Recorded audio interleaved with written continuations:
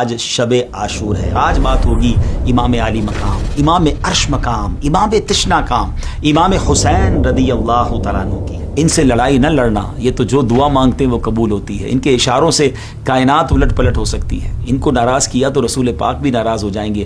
پیارے آقا علیہ الصلوۃ والسلام نے آپ کا نام حسین اور شبیر رکھا اور آپ کو اپنا بیٹا فرمایا. آپ سے پوچھا گیا اہل بیت میں آپ کو سب سے زیادہ پیارا کون ہے؟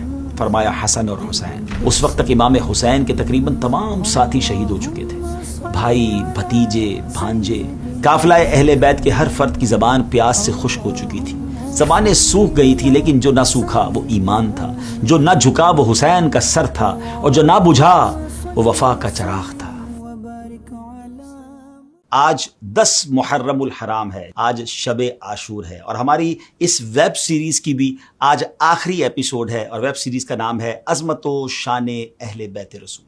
الحمدللہ تقریباً 9 ایپیسوڈ میں ہم نے اہل بیت کے فضائل قرآن و حدیث سے جانے. امہات المومنین کا ذکر خیر ہوا، خاتون جنت کا ذکر ہوا، مولا علی کا ہوا، امام حسن کا ہوا، اور آج بات ہوگی امام علی مقام، امام عرش مقام، امام تشنا کام، امام حسین رضی اللہ تعالیٰ عنہ کی. حسب معمول اپنی اس ایپیسوڈ میں پہلے ایک واقعہ، پھر حضرت امام حسین کی سیرت، اور پھر آخر میں انہی کا خوبصورت فرمان. ناظرین، 61 سنہ ہجری 10 محرم الحرام اور جمعے کا دن امام علی مقام رضی اللہ تعالیٰ عنہ یزیدیوں کے سامنے کھڑے انہیں نصیحتیں فرما رہے تھے، قتل ناحق سے باز رہنے کی تلقین کر رہے تھے. کربلا کی پرسوز فضائیں تھیں، اور اسی دوران یزیدیوں میں سے ایک بدبخت مالک بن عروہ اہل بیت کے خیموں کے قریب حفاظت کی گئی جو روشن آگ تھی، حفاظت کے لیے جو روشن کی گئی آگ تھی، اس کو دیکھ کر امام علی مقام سے کہتا ہے کہ اے حسین، تم نے وہاں کی آگ سے پہلے یہی آگ لگا دی. معاذ اللہ. یہ جملہ سنتے ہی امام جلال میں آ جاتے ہیں. آپ رضی اللہ تعالیٰ عنہ اس سے فرماتے ہیں اے دشمن خدا، تو جھوٹا ہے، کیا تجھے یہ گمان ہے کہ معاذ اللہ میں دوزخ میں جاؤں گا؟ امام علی مقام کے قافلے کے ایک جانثار حضرت مسلم بن اوسجا آپ رضی اللہ تعالیٰ عنہ امام علی مقام سے اس بدبخت کے منہ پر تیر مارنے کی اجازت طلب کرتے ہیں. امام علی مقام یہ کہتے ہوئے منع فرماتے ہیں کہ نہیں، حملے کا آغاز ہماری طرف سے نہیں ہونا چاہیے. اس بدبخت پر ہتھیار اٹھانے سے آپ نے منع کیا، لیکن امام کو تکلیف بڑی پہنچی تھی. آپ فزیکل ہتھیار اٹھانے کی اجازت تو آپ نے نہ دی، مگر خود ایک ہتھیار استعمال کیا. اور وہ کون سا ہتھیار ہے؟ وہ ہتھیار ہے جو ایک مومن کا سب سے پاورفل ہتھیار ہے، وہ ہے دعا. نبی پاک نے فرمایا نا، الدعاء سلاح المومن، دعا مومن کا ہتھیار ہے. تو آپ رضی اللہ تعالیٰ عنہ اپنے رب کی بارگاہ میں دعا کے لیے ہاتھ اٹھاتے ہیں اور مالک سے عرض کرتے ہیں اے رب قہار، اس شریر کو جہنم کے عذاب سے قبل بھی اس دنیا میں آگ کے عذاب میں مبتلا فرما. ناظرین، ہاتھ ابھی دعا سے نیچے نہیں ہوئے تھے کہ حسین کے رب نے ان کی پکار سن لی رضی اللہ تعالیٰ عنہ. فوراً آپ کی دعا قبول ہوئی اور اس گستاخ کے گھوڑے کا پاؤں زمین کے ایک کھڈے پر پڑا. ایک ایسی جگہ تھی جہاں پر پاؤں اس کا پڑ گیا، اور گھوڑے کو ایک زوردار سے جھٹکا لگا، اور جھٹکا لگنے سے وہ بے ادب و گستاخ یزیدی گھوڑے سے نیچے گر گیا. اس کا پاؤں رکاب میں الجھ گیا. گھوڑا اسے گھسیٹتا ہوا دوڑا، بالآخر اسے آگ کی خندق میں ڈال دیا، اور وہ بدنصیب آگ میں جل کر بھسم ہو گیا.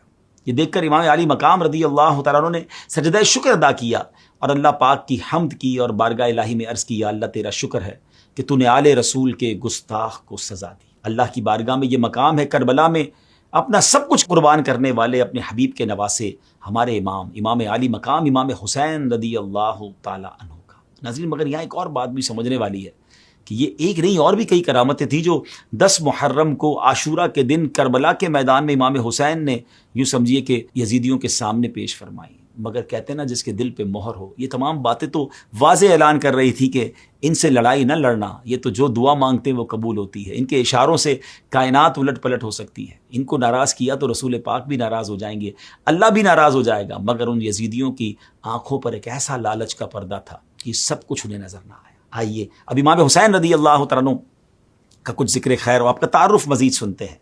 امام علی مقام امام حسین رضی اللہ تعالیٰ عنہ کی کنیت ابو عبداللہ اور القاب سبط رسول اللہ اور ریحانۃ الرسول یعنی رسول کے پھول ہیں. آپ رضی اللہ تعالیٰ عنہ کی ولادت ہجرت کے 4تھے سال 5 شعبان المعظم کو مدینہ منورہ میں ہوئی.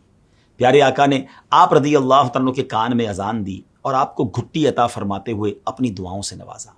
پیارے آقا علیہ الصلوۃ والسلام نے آپ کا نام حسین اور شبیر رکھا اور آپ کو اپنا بیٹا فرمایا. ناظرین، حضرت امام علی مقام رضی اللہ تعالیٰ عنہ کی ولادت کے ساتھ ہی آپ کی شہادت کی خبر مشہور ہو چکی تھی.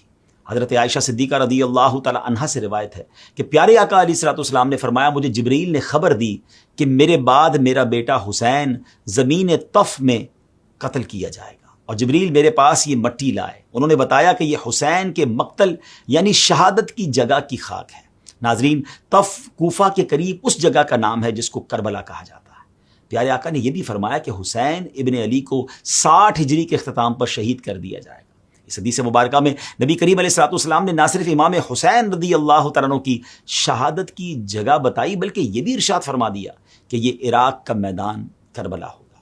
ایک دن نبی پاک علیہ الصلوۃ والسلام حضرت امام حسین کو اپنے سیدھے پاؤں اور اپنے صاحبزادے حضرت ابراہیم رضی اللہ تعالیٰ عنہ کو اپنے لیفٹ پاؤں پر بٹھائے ہوئے تھے کہ جبریل امین حاضر ہوئے اور عرض کی یا رسول اللہ صلی اللہ تعالیٰ علیہ وسلم، خدا تعالیٰ ان دونوں کو آپ کے پاس جمع نہیں رہنے دے گا، ان میں سے ایک کو واپس بلا لے گا، آپ ان دونوں میں جسے چاہیں پسند فرما لیں۔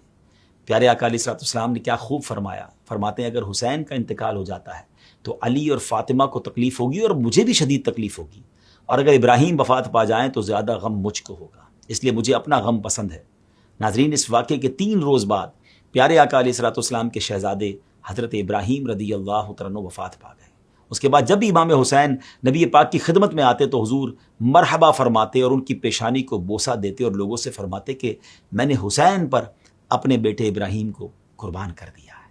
حضرت امام حسین کے فضائل بہت ساری حدیثوں میں بیان کیے گئے۔ نبی پاک نے فرمایا حسین مجھ سے ہے اور میں حسین سے ہوں۔ ایک دفعہ پیارے آقا علیہ الصلوۃ والسلام مسجد میں تشریف لائے تو فرمایا چھوٹا بچہ کہاں ہے؟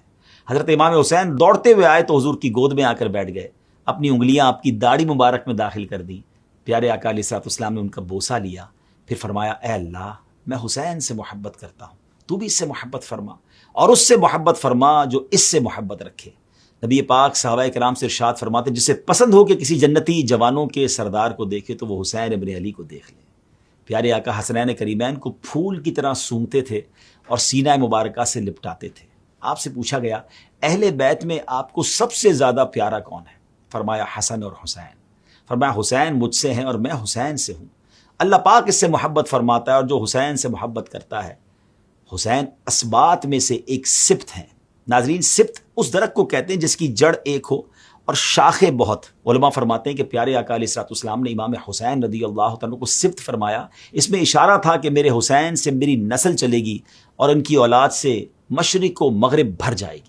آج دیکھ لیا جائے سادات کرام، مشرق و مغرب پوری دنیا میں ہے، اور یہ بھی کہ حسنی سید تھوڑے ہیں اور حسینی سید بہت زیادہ ہے۔ یہ دراصل پیارے آقا علیہ الصلوۃ والسلام کے فرمان عالی شان کا ظہور ہے۔ مولا علی شیر خدا کے فرمان کے مطابق حضرت امام حسن رضی اللہ تعالیٰ کی شکل مبارک سر سے سینے تک پیارے آقا علیہ الصلوۃ والسلام سے مشابہ تھی، اور امام علی مقام امام حسین رضی اللہ تعالیٰ سینے سے پاؤں کے ناخن مبارک تک نبی پاک علیہ الصلوۃ والسلام کے سراپے سے ملتے تھے۔ اعلیٰ حضرت امام اہل سنت کا وہ شعر یاد آ گیا، ایک سینے تک مشابہ ایک وہاں سے پاؤں تک، حسن سبتین ان کے جاموں میں ہے نیما نور کا۔ ناظرین، آپ رضی اللہ تعالیٰ بہت زیادہ عبادت کیا کرتے تھے۔ آپ نے تقریباً 25 حج پیدل فرمائے۔ روزہ، صدقہ و خیرات اور دوسرے نیک کام آپ کی زندگی کا حصہ تھے۔ آپ نماز سے بھی بڑی محبت فرماتے تھے۔ آپ کے صاحبزادے حضرت امام زین العابدین رضی اللہ تعالیٰ عنہ فرمایا کرتے کہ میرے والد گرامی امام حسین رضی اللہ تعالیٰ عنہ دن اور رات میں 1000 رکعت نوافل ادا فرمایا کرتے تھے۔ اب ذرا غور کریں ناظرین، جنتی نوجوانوں کے سردار ہیں، نبی پاک سے ایسا قرب حاصل ہے، مگر پھر بھی نوافل کا شوق ہے۔ ہمارے گناہ ہی ختم نہیں ہوتے، ہماری خطاؤں کا بار سر پر ہے، مگر یہاں لوگ فرض بھی نہیں پڑھتے، سنتیں بھی نہیں پڑھتے، واجب نہیں پڑھتے، نفل تو دور کی بات ہے۔ اللہ کرے کہ ہمیں نمازوں کے ساتھ ساتھ نفل نماز سے بھی محبت ہو جائے۔ ناظرین، 10 محرم کی رات ہے۔ آپ رضی اللہ تعالیٰ عنہ اپنے پیارے بھائی جان حضرت عباس علم بردار رضی اللہ تعالیٰ سے فرماتے ہیں، بھائی جان کسی طرح یہ لڑائی کل تک ڈیلے ہو سکتی ہے۔ اب ذرا غور کریں، یہ ڈیلے کیوں مانگا جا رہا تھا؟ ایک دن کا اسٹے کیوں مانگا جا رہا تھا؟ اس لیے نہیں کہ فیملی کے ساتھ رات گزارنی ہے، کچھ وصیتیں کرنی ہے، کچھ مزید پلاننگ کرنی ہے۔ وجہ کیا تھی؟ کہتے ہیں آج کی رات ہمیں اللہ پاک کی عبادت کے لیے مل جائے۔ اللہ قریب خوب جانتا ہے کہ مجھے نماز، تلاوت قرآن اور کثرت کے ساتھ دعا مانگنا اور استغفار کرنا بہت پسند ہے۔ ذرا سوچے تو، بیوی بچے سب بھوکے پیاسے ہیں، معلوم ہے کہ یزیدی کتنے بدبخت ہیں، کیسے بد اخلاق، اور دشمن کی طرف سے رحم کی کوئی امید نہیں ہے، اور فکر اور خواہش کس چیز کی ہے کہ ایک رات اور مل جائے نماز کے لیے، عبادت کے لیے، مالک سے تعلق اور بڑھ جائے۔ اب ذرا غور کریں کہ یہ کیا کمال کی ہستی ہیں اور کیسا ان کا عبادت کا شوق تھا۔ ناظرین، آپ رضی اللہ عنہ اپنے نانا جان، اپنے والد اور بڑے بھائی کی طرح سخاوت میں بے مثال تھے۔ اللہ کی بارگاہ میں بانٹنا سیکھنا ہونا تو کوئی اس گھرانے سے سیکھے۔ شعر ہے نا کہ جو تم سے نہ مانگوں تو پھر کس سے مانگوں، تمہارا تو سارا گھرانہ سخی ہے۔ ایک مرتبہ ایک فقیر مدینہ پاک کی گلیوں سے ہوتا ہوا آپ کے مکان پر پہنچا اور اس نے دروازے پر دستک دی اور اشعار کی صورت میں کہا، جس نے آپ سے امید رکھی اور جس نے آپ کے دروازے پر دستک دی وہ کبھی نا امید نہیں ہوا۔ آپ صاحب جود و کرم بلکہ جود و سخاوت کے چشمے ہیں۔ اور جب یہ باتیں کہہ رہا تھا اس وقت آپ رضی اللہ عنہ گھر میں ہی نماز میں مشغول تھے۔ نماز ادا فرما کر آپ دروازے پر تشریف لائے تو دیکھا سامنے ایک دیہاتی کھڑا ہے جس کی شکل غربت اور بھوک کا اعلان کر رہی تھی۔ آپ نے اپنے غلام سے فرمایا، ہمارے خرچ میں سے کتنا مال بچا ہوا ہے؟ عرض کی حضور 200 درہم ہے جو آپ کے حکم کے مطابق آپ کے اہل خانہ پر خرچ کرنے ہیں۔ آپ نے فرمایا جاؤ سب لے آؤ، کیونکہ وہ شخص آیا ہے جو میرے گھر والوں سے زیادہ ان درہموں کا حقدار ہے۔ چنانچہ پھر آپ نے اپنے گھر والوں کے خرچ کے لیے رکھے گئے وہ سارے درہم اس فقیر کو دے دیے۔ صرف یہ نہیں کہ یہ درہم آپ نے اس فقیر کو دیے، فرمائے یہ لے لو اور ان کے کم ہونے پر میں تم سے معافی چاہتا ہوں۔ ہمیں ہر حال میں مہربانی ہی کا حکم ہے، یہ کم ہے اور اگر اور زیادہ ہوتے تو وہ بھی تمہیں دے دیتا۔ فقیر نے درہم لیے، آپ کو دعائیں دیتا ہوا، تعریفیں کرتا ہوا خوشی خوشی وہاں سے رخصت ہو۔ اس طرح ایک مرتبہ آپ رضی اللہ عنہ کی سواری کا گزر چند مساکین کے پاس سے ہوا۔ وہ بچے کھچے روٹیوں کے ٹکڑے کھا رہے تھے۔ آپ نے انہیں سلام کیا، مساکین نے سلام کا جواب دینے کے بعد آپ کو کھانے کی دعوت دی۔ جواب میں آپ رضی اللہ تعالیٰ عنہ نے 20ویں پارے میں سورہ قصص کی آیت نمبر 83 کا ایک حصہ تلاوت فرمایا، جس کا ترجمہ یہ ہے کہ جو زمین میں تکبر نہیں چاہتے اور نہ فساد۔ آیت تلاوت کر کے امام حسین اپنی سواری سے نیچے آ گئے اور ان کے ساتھ بیٹھ گئے کھانے کے لیے۔ جب کھانا تناول فرمایا تو اس کے بعد آپ نے ان مساکین سے ارشاد فرمایا، میں نے تمہاری دعوت قبول کی، اب تم نے میری دعوت قبول کرنی ہے۔ پھر آپ نے ان کے لیے سواری کا انتظام کیا، گھر لائے، کھانا کھلایا، کپڑے دیے، درہم عطا فرمائے، یعنی ان کو بس ماشاءاللہ جس کو کہتے ہیں نا کہ باغ و بہار کر دیا۔ آپ رضی اللہ تعالیٰ عنہ نے حسن سلوک کے اسباق اپنے نانا جان سے پڑھے تھے نا۔ ایک مرتبہ عصام بن مستلق نامی شخص جو کہ مولا علی شیر خدا کرم اللہ تعالیٰ وجہ الکریم سے بغض رکھتا تھا، یہ ایک مرتبہ امام علی مقام امام حسین کے سامنے آپ کو اور مولا علی کو برا بھلا کہنے لگا۔ آپ نے اس کو جھڑکنے یا جوابی کارروائی کرنے کے بجائے اعوذ باللہ اور بسم اللہ پڑھنے کے بعد قرآن پاک کی سورہ اعراف سے چند آیت مبارکہ تلاوت فرمائیں، جن کا ترجمہ یہ ہے، اے محبوب معاف کرنا اختیار کرو اور بھلائی کا حکم دو اور جاہلوں سے منہ پھیر لو، اور اے سننے والے اگر شیطان کی طرف سے کوئی وسوسہ تجھے ابھارے تو اللہ کی پناہ مانگ، بے شک وہی سنتا جانتا ہے۔ بے شک وہ جو ڈر والے ہیں جب انہیں کسی شیطانی خیال کی ٹھیس لگتی ہے تو وہ ہوشیار ہو جاتے ہیں، اسی وقت ان کی آنکھیں کھل جاتی ہیں۔ آیات تلاوت فرمانے کے بعد آپ نے اس سے فرمایا، اپنے اوپر بوجھ ہلکا رکھ اور میں اللہ سے تیرے لیے اور اپنے لیے مغفرت کا سوال کرتا ہوں۔ اس کے علاوہ آپ رضی اللہ تعالیٰ عنہ نے اس کے ساتھ اس قدر عفو و درگزر، نرمی و خوش اخلاقی سے انداز اختیار کیا کہ اس شخص کی دشمنی ایک دم محبت میں تبدیل ہو گئی اور وہ کہنے پر مجبور ہو گیا کہ روئے زمین پر امام حسین رضی اللہ تعالیٰ عنہ اور ان کے ابو جان حضرت علی سے زیادہ میرے نزدیک کوئی محبوب نہیں۔ ناظرین، یہ وہ انداز ہے جو مجھے اور آپ کو سیکھنا ہے۔ دشمن کو دوست بنایا جا سکتا ہے، دشمنی کے ذریعے نہیں، حسن اخلاق کے ذریعے، معافی اور درگزر کے ذریعے، اچھی تدبیر اور احسان کے ذریعے۔ اللہ کرے یہ بات ہمیں سمجھ آ جائے۔ ناظرین، امام علی مقام امام حسین رضی اللہ تعالیٰ عنہ اپنے والد گرامی حضرت مولا علی شیر خدا سے بے حد پیار کرتے تھے۔ اسی وجہ سے آپ نے اپنے تمام بیٹوں کے نام علی رکھے تھے۔ ہاں، بڑے شہزادے کا نام علی اکبر، ان سے جو چھوٹے تھے ان کا نام امام زین العابدین، مشہور تو امام زین العابدین کے نام سے ہیں، مگر ان کا اصل نام علی اوسط رضی اللہ تعالیٰ عنہ ہے، اور سب سے چھوٹے شہزادے حضرت علی اصغر رضی اللہ تعالیٰ عنہ ہیں۔ امام زین العابدین کے علاوہ آپ کے دونوں شہزادے اپنے ابو جان امام علی مقام کے ساتھ میدان کربلا میں شہید ہو گئے تھے۔ علی اکبر بھی بھری جوانی میں شہید ہو گئے، اور علی اصغر بالکل چھوٹے سے تھے، دودھ پیتے تھے، وہ بھی شہید ہو گئے۔ ناظرین، حضرت امیر معاویہ رضی اللہ تعالیٰ عنہ کی وفات کے بعد یزید خلیفہ بنتا ہے اور چاہتا ہے کہ سب اس کی خلافت کو تسلیم کریں۔ سوچتا ہے کہ امام علی مقام امام حسین اگر اس کے ہاتھ پر بیعت کر لیں تو یہ اس کے اہل ہونے کی سند ہو جائے گی اور پھر دوسروں کے لیے اعتراض کا راستہ بند ہو جائے گا۔ سو امام علی مقام سے بیعت کا مطالبہ کیا جاتا ہے۔ اب یہ کیسے ممکن تھا کہ پیارے آقا علیہ الصلوۃ والسلام کے نواسے ہو کر، مولا علی شیر خدا کے شہزادے ہو کر اس بدبخت و ظالم فاسق و فاجر کے ہاتھ پر بیعت ہو جاتے؟ آپ منع فرما دیتے ہیں۔ ساتھ ہی کوفیوں کی طرف سے آپ کے پاس ہزاروں خط آتے ہیں کہ آپ یہاں تشریف لائیں، ہم آپ کے ہاتھ پر بیعت کرنا چاہتے ہیں۔ ہم یزید جیسے ظالم اور نااہل شخص کو خلافت کا حقدار نہیں سمجھتے۔ آپ حضرت مسلم بن عقیل رضی اللہ تعالیٰ عنہ کو حالات معلوم کرنے کے لیے بھیجتے ہیں۔ کوفی امام مسلم کے ساتھ بڑے اچھے طریقے سے پیش آتے ہیں۔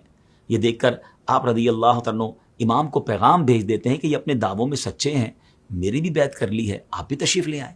خط روانہ ہوتا ہے اور یہاں پیچھے سے یزید ابن زیاد کو کوفہ بھیج دیتا ہے۔ کوفہ والے ابن زیاد اور یزید کے ظلم سے ڈر کر امام مسلم کا ساتھ چھوڑ دیتے ہیں اور آپ رضی اللہ تعالیٰ عنہ یزیدیوں کے سامنے بالکل تنہا رہ جاتے ہیں۔ پھر بالآخر آپ رضی اللہ تعالیٰ عنہ یعنی امام مسلم بے دردی سے شہید کر دیے جاتے ہیں۔ امام علی مقام اپنے اہل بیت کو ساتھ لے کر اب کوفہ کے لیے روانہ ہوتے ہیں۔ بیچ راستے ہی میں آپ کے قافلے کو روک لیا جاتا ہے، پھیر دیا جاتا ہے اور آپ کی آخری منزل کربلا کی طرف پھیر دیا جاتا ہے۔ پھر بالآخر 10 محرم الحرام کا سورج طلوع ہوتا ہے۔ آسمان غم سے بھرا ہوا تھا، زمین پر سکوت طاری تھا اور فضاؤں میں ایک الگ ہی خاموشی چھائی ہوئی تھی۔ 61 ہجری کا یہ دن تاریخ انسانیت کا وہ دن بننے جا رہا تھا جسے قیامت تک بھلایا نہیں جا سکے گا۔ یہ وہ دن تھا جب حق اور باطل کا فرق واضح ہونے والا تھا، جب ظلم کے خلاف سر بلند کرنے والے قافلے کا آخری امتحان شروع ہونے والا تھا۔ امام علی مقام امام حسین رضی اللہ تعالیٰ عنہ اپنے خیمے سے باہر تشریف لاتے ہیں۔ اس وقت تک امام حسین کے تقریباً تمام ساتھی شہید ہو چکے تھے، بھائی، بھتیجے، بھانجے، عزیز، حتیٰ کہ اپنے چھوٹے ننھے بیٹے علی اصغر کو بھی تیر کی نوک پر قربان کر چکے تھے، مگر زبان پر شکایت کا ایک لفظ بھی نہیں تھا، دل میں کوئی شکوہ نہیں۔ ان کی نظریں صرف ایک مقام پر جمی ہوئی تھیں اور وہ تھی رضا الہی۔ یزید کے سپاہی ہزاروں کی تعداد میں تھے، پانی پر قابض تھے، لیکن امام حسین اور ان کا قافلہ 3 دن سے پیاسا تھا۔ قافلہ اہل بیت کے ہر فرد کی زبان پیاس سے خشک ہو چکی تھی، زبانیں سوکھ گئی تھی، لیکن جو نہ سوکھا وہ ایمان تھا، جو نہ جھکا وہ حسین کا سر تھا، اور جو نہ بجھا وہ وفا کا چراغ تھا۔ امام حسین رضی اللہ تعالیٰ عنہ نے اپنے قافلے والوں کو آخری سلام کیا، ان سے رخصت لی اور تنہا میدان میں اترے۔ دلیری کے ساتھ، بہادری سے خدا کے دشمنوں کا مقابلہ کیا۔ مقابلے میں جو آتا واپس نہ جاتا۔ یزیدی پریشان ہو گئے کہ ان کا مقابلہ کیسے کیا جائے، اس طرح تو یہ پورے کا پورا لشکر موت کے گھاٹ اتار دیں گے۔ پھر بالآخر ایک ہی حل سمجھ آیا۔ یزیدی فوج کے سپاہیوں نے چاروں طرف سے آپ کو گھیر لیا، سب نے مل کر ایک ساتھ تیر برسائے، نیزے مارے، تلواریں چلائیں، مگر وہ وفا کا علم بردار اپنی جگہ ڈٹا رہا۔ زخموں سے چور بدن، پیاس سے خشک ہونٹ، لیکن زبان پر اللہ کا ذکر جاری تھا۔ ناظرین، اتنی تکلیف، اتنے شدید زخموں کے باوجود امام حسین یزیدیوں کے سامنے جھکے نہیں۔ ہاں، جب امتحان کا وقت مکمل ہو گیا تو اب سر جھکتا ہے پر یزیدیوں کے سامنے نہیں، اپنے رب کے آگے سجدے میں جاتا ہے۔ پھر اسی حالت میں وہ سر جسے نبی کریم علیہ الصلوۃ والسلام نے چوما تھا، جو فاطمہ الزہرا کی گود میں پلا تھا، جو علی المرتضیٰ کے بازوؤں میں پروان چڑھا تھا، وہ حسین کے جسم سے جدا کر دیا جاتا ہے اور نیزے پر بلند کر دیا جاتا ہے۔ دل سوچتا ہے، کیا کسی ماں نے ایسا بیٹا پیدا کیا ہوگا؟ کیا کسی نانا نے ایسا نواسا دیکھا ہوگا؟ کیا کسی دین کے لیے ایسا کوئی نذرانہ پیش کیا گیا ہوگا؟ ہرگز نہیں، ہرگز نہیں۔ یہ امام حسین کا ہی حصہ تھا۔ ناظرین، امام حسین نے میدان کربلا میں اپنے خون سے دین اسلام کو نئی زندگی دی، ان کے لہو سے وفا کی نئی تاریخ رقم ہوئی۔